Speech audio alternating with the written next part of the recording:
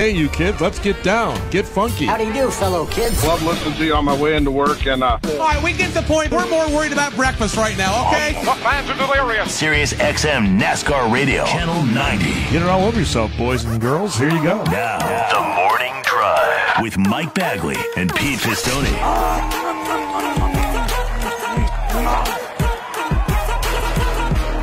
Sirius XM, NASCAR Radio, Channel 90, live and on the air for this Friday morning, February 3rd, 2023. Mike Bagley here in Delmarva Studio 1D. We've got Pistol Pete Pistone in the Paisan Palace in Chicago. Sammy and Davey are in Studio 134 of the Beltway Bureau in our nation's capital. We welcome each and every one of you to this Friday morning, and happy end of the work week, kinda, to you, Triple P. Well, good morning, Bagman. Good morning, everybody. Happy Friday to one and all. Yes, the checker flag in the air for us here on TMD, but the green flag in hand for the first racing weekend of the year out at the Clash at the Coliseum this weekend, and obviously we are looking forward to that. Indeed we are. It'd be a chance for us to shake off the rust, so to speak, see some new paint schemes, get a good race, and get us closer to Speed Weeks. This weekend is the Clash, and next week the Super Bowl, the following weekend, the Daytona 500. Get you some. By the way, the Super Bowl has already been decided. I don't know if you saw this note yesterday, but the Chiefs will wear their white uniforms, and the Eagles will wear their dark green uniforms. 15 of the last 18 Super Bowl winners have worn the white jersey, so congratulations to the Kansas City Chiefs. However, here, it was brought to our attention last night that in years where Puxatawny Phil saw his shadow, the last time that happened was when the Eagles went to the Super Bowl. Wow. So that is why the Eagles, I mean, seriously, I know. This varmint is getting way too much credit for far too much stuff. I'm telling you, this whole Groundhog's Day, or Groundhog Day, or whatever day it is, it's like, you know what? Now the Puppy Bowl is going to be coming up, and we'll have the Bud Light bottle bash thing, whatever. We will have declared so many different Super Bowl winners over the course of the next week. It's not even going to be funny. Well, at least it's not, and I saw some of this yesterday as well, the Pro Bowl. Have you seen what they've turned that disaster into, Mike? Honestly. I dipped in for 30 seconds last night, and I had to dip back out. My buddy was texting me last night that it was going on, and I was like, what the hell are you watching? He's like, oh, I'm watching the Pro Bowl. What? The skills competition. Skills competition. I'm using air quotes when I say the skills competition. It's skills with a Z, I believe. Z, it is, yeah, right. Dodgeball, I don't remember. I turned it off. I had a couple of Big Ten basketball games I was watching. There was actually a college, all-star game, I think it was the East-West Shrine game in Vegas, so I was just kind of bouncing around, and I landed on that. Guess what, Mike? You could bet on any of those events. I found lines for any of those events out there. Oh, I'm sure. In Vegas. Are you kidding me? Are you kidding me? So that's happening, and as you mentioned, obviously we've got the Clash. You got the NHL All-Star Game, which, again, is sort of this round-robin tournament, so it's just kind of an odd time of the year in sports with that in-between of what's happening the following week with the Super Bowl. And that's why I think it's a really good timing that NASCAR and Fox decided let's do this Clash this weekend because, yeah, there's some sports, but nothing really a must-see TV variety, at least in my world. There is one thing that has derailed the sports headlines off of the Eagles and their run out to Arizona to be in the Super Bowl. Yeah. And that is the tremendous diss that the Sixers got last night when Joel Embiid and James Harden were not named to the All-Star team. Shocking. Embiid, well, he's the leading scorer in the NBA. No love for Joel Embiid. So that's what it has got Philadelphia worked up this morning. Well, all right, well, take it easy. You know what? You ruled the baseball roost. Right. You're ruling the football roost. You know what? I understand, but just check up, calm down. I get carried away here. But totally. I mean, if you're the guy that scored the most points, you would think you would be in the All-Star game. But yeah. That's left up to the fans, right? The fans vote, but I think the coaches do the reserves. I think that's how that works there. And I think there's two sides of that coin. One, there are players who say, guess what? I'll just take 4 days off. That's cool. But I think other guys have it in their contract. If they make the All-Star team, they get some sort of a bonus. And I believe Joel Embiid is part of that plan. So he got a little diss on the money side as well. So you got that. And, we talked about LeBron yesterday trying to get the all-time points record from Kareem Abdul-Jabbar. He did not, but the Lakers did come back to beat Sammy's Pacers last night. Look. So more were on the board for LeBron James last night. So first off, we found out that Tyrese Halliburton was named an All-Star for the Indiana Pacers. So congratulations to him, his first appearance since 2021 in the Rising Stars game, and I believe he was the guy that got voted in on by his peers too. Yes, he was. So that's got to be kind of special for him. Free throw disparity in the fourth quarter of that game bag, man. The Lakers shot 16 free throws. You want to know how many free throws the Pacers shot in the fourth quarter of that game last night, Baggy? Zero. Well, sure. It's LeBron. Zero. The man who cries about when he doesn't get a call gets more calls in the league than anybody. It's crazy. The inequity is not good. 16 free throws to 0 in the fourth quarter. It's just ridiculous. Now, is this fandom here talking, or is this like an actual thing? There's a little bit of fandom in here, but it is getting to the point where like it's becoming not a joke. It's just becoming very frustrating to watch because they get preferential treatment. It feels like they just do, totally do. I've stopped watching games. You just kind of knew it was going to happen last night. It's just frustrating. I was thinking about playing the violin, but I agree. Well, officiating, I said this on Tuesday, I think officiating in all sports, that we've been talking about, stick and ball, is really, they got some issues. They really do. One of the things I didn't even know this, on the college side, those are not full-time jobs for those referees. They still hold other jobs. And the NFL had that as a gig, as a problem, and I think they're getting away from that. But do you know what a top-notch college basketball? The officials were not, that wasn't their job. They had another job. They're trying Gene to now. Steratore was a principal. Wasn't someone like a Ed Hockley was a lawyer. Yeah, someone was like a high school principal though. Gene Steratore did college games. I talked so much crap to him at Michigan State games. Mm-hmm. So now they're trying to make sure that that's your job. If you're an NFL referee, like a baseball umpire, right? I mean, they're on the road all the time. I was told yesterday, a top basketball official, now they can go from Big Ten 1 week to the next day Big 12, Pac-12, so they can bounce around. They can make $150,000 in 1 year, right? Yeah, that should be their job, and that's the job they should concentrate on. I think that would help officiating across the board. I really do. I think it's also people just... How would that help, though? And I'm asking because I don't know. I'm like, how would... Well, focal point is... Why can't they have a side hustle? It's a focal... Well, if that were the case, I'd be I think refereeing is the side hustle. Yeah, that's the problem. And I think a part of it is focal point. I really do. I think it's if that's your job, that's all you think about. I mean, and guys have talked about it, that, maybe they're not... Listen, Kyle Larson talked about not being focused. You need to be focused 100% on what you're doing. And I think some of these guys have said, because I've got other things to do, sometimes maybe my focus, I'm tired. That's another thing. Some of these college refs, they shouldn't do 5 games a week. Maybe do 3 games a week. Be a little sharper. So they're missing stuff. There's no doubt about it. And football last week, again, that Kansas City-Cincinnati game, that was a debacle. Awful. But anyway, it is what it is. Tale as old as time, right? Yelling at officials and referees. That's what fans do. Happens in every sport. It does. Everything. If you took that out of sports, fans would have nothing to complain about. Exactly. Well, 50% of the time. Well, they would find something to complain about, trust me. This pretzel, it's too expensive. These pretzels are making me thirsty, too. So. You mean I can't pay with cash anymore? What? I have to swipe? Come on. That's true. Man, there's zero cash. Again, Wrigley, no cash again this year. Well, once you go no cash, you're not going to go back to cash.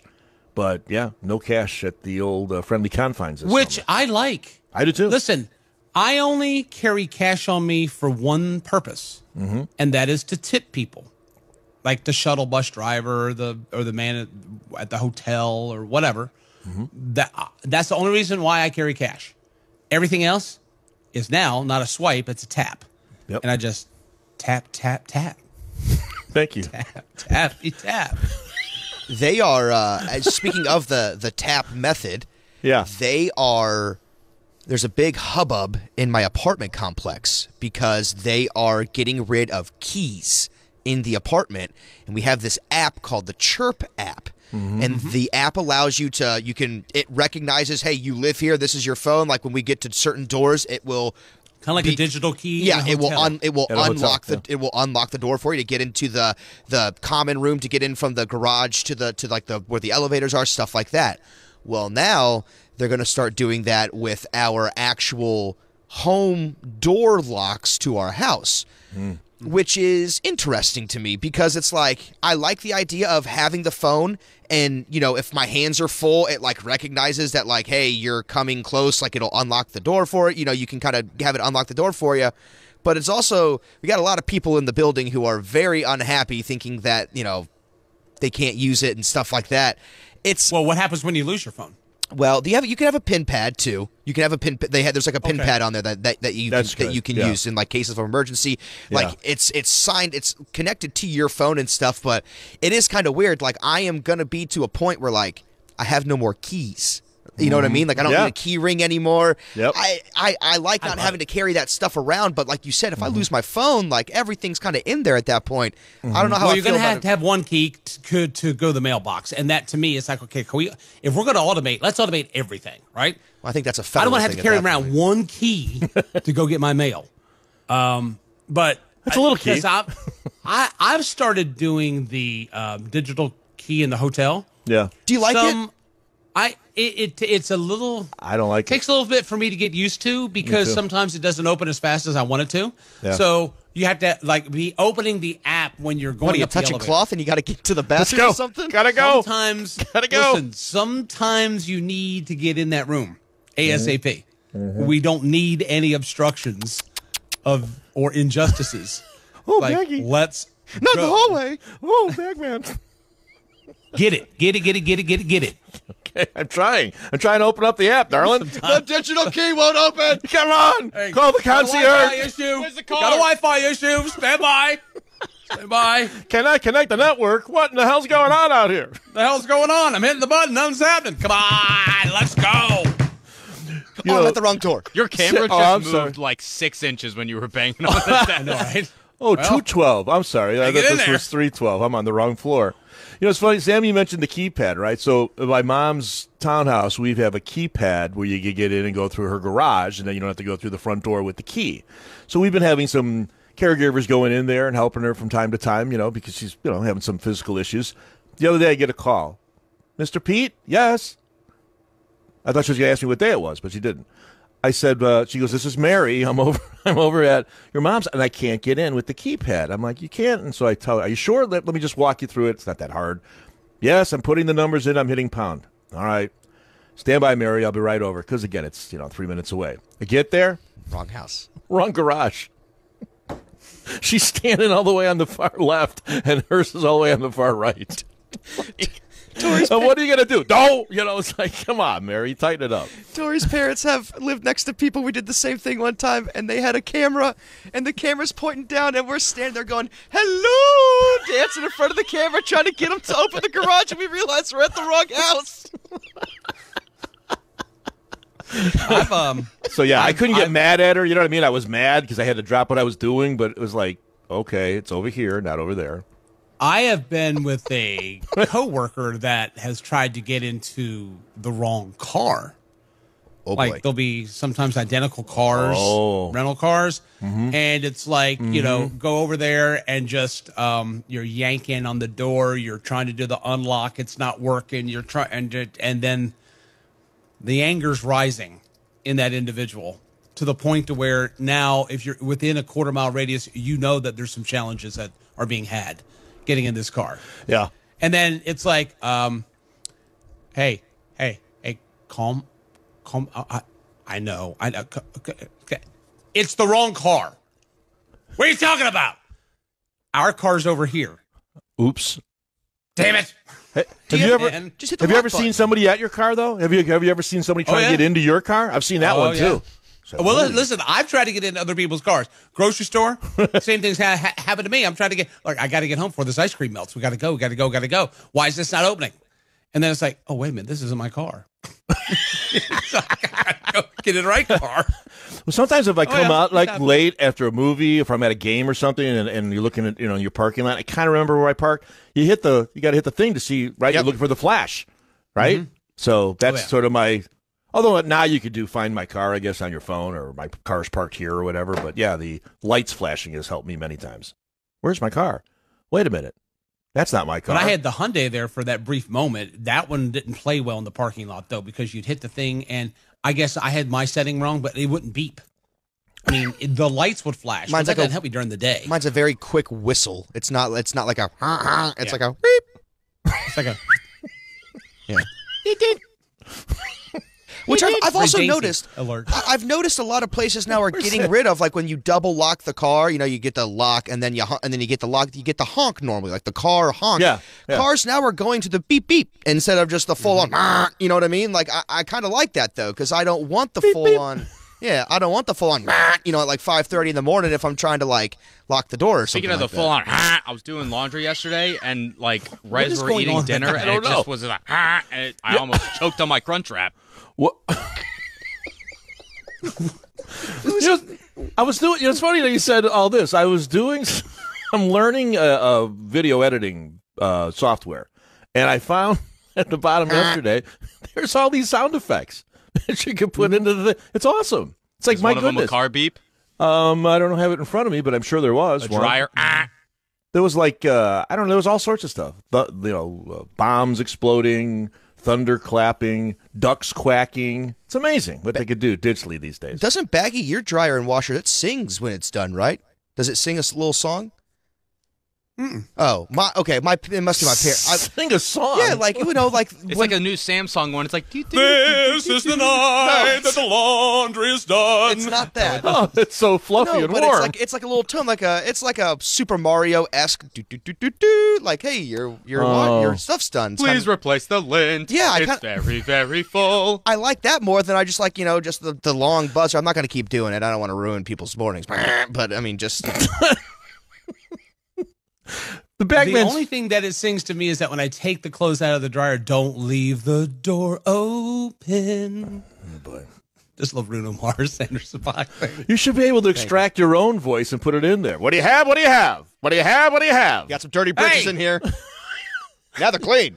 Shut this door. Why are you trying to heat outside? Let's go. You got 20 seconds. What's wrong with the underwear? Coming up at the bottom of the hour, headline check number 1. We will give you our big weekend preview for the Busch Light Clash at the Coliseum. Coming up, we'll have the Clash Friday 4. We'll give you some things that we're going to be watching for. And we're also going to be taking the things that you will be watching for as well at 866-BIT-LANE. Also on Twitter at SiriusXM NASCAR, hashtag TMD NASCAR. We'll bang the drum and give the calendar to you at about 10 of 9 Eastern this morning. Adam Alexander of NASCAR on Fox will join us at 9. Coming up at 10, we will have our first installment of 2023 of Behind the Wheel with Joey Logano. Joey will be with us. The defending Clash winner and your defending Cup Series champion will spend 1 hour with us. He'll chat with you, answer your tweets, and, well, contribute to the mirth and merriment that you've grown accustomed to getting every Monday through Friday here on hashtag TMD NASCAR. Okay, sure. Yeah, okay. You've got the phone number. You've got the Twitter information. We appreciate you being with us here on this Friday morning, February 3rd, 2023.